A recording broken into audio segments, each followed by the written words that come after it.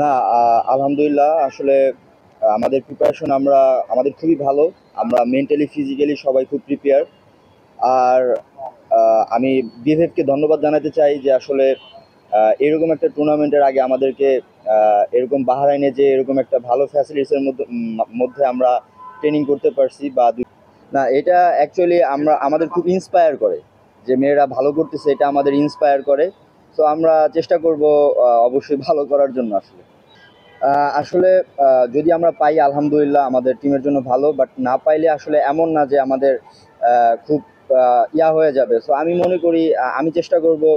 Obviously কোচরা আমাদেরকে ওইভাবেই mentally prepare করবে যে নো প্রবলেম, আমরা আমাদের বেস্টটা দিয়ে খেলবো। সো ওইটা আসলে আসলে ভালো, অবভিয়াসলি ভালো। এখন না আসলে তো আমাদের যেভাবে ম্যাচ জিততে হবে, সো আমাদের ওইভাবে প্রিপেয়ার থাকতে হবে আসলে।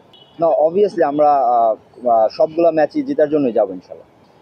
না, অ্যাকচুয়ালি এটাও দেশের হয়ে খেলা, ওইটাও দেশের হয়ে খেলা। সো আমি আমার যেখানেই সুযোগ পাবো আমার জায়গা থেকে আমি বেস্টটা দেওয়ার ট্রাই করবো। সো এটা আসলে দেশের জন্য। Thank you so much, thank you. Thank you.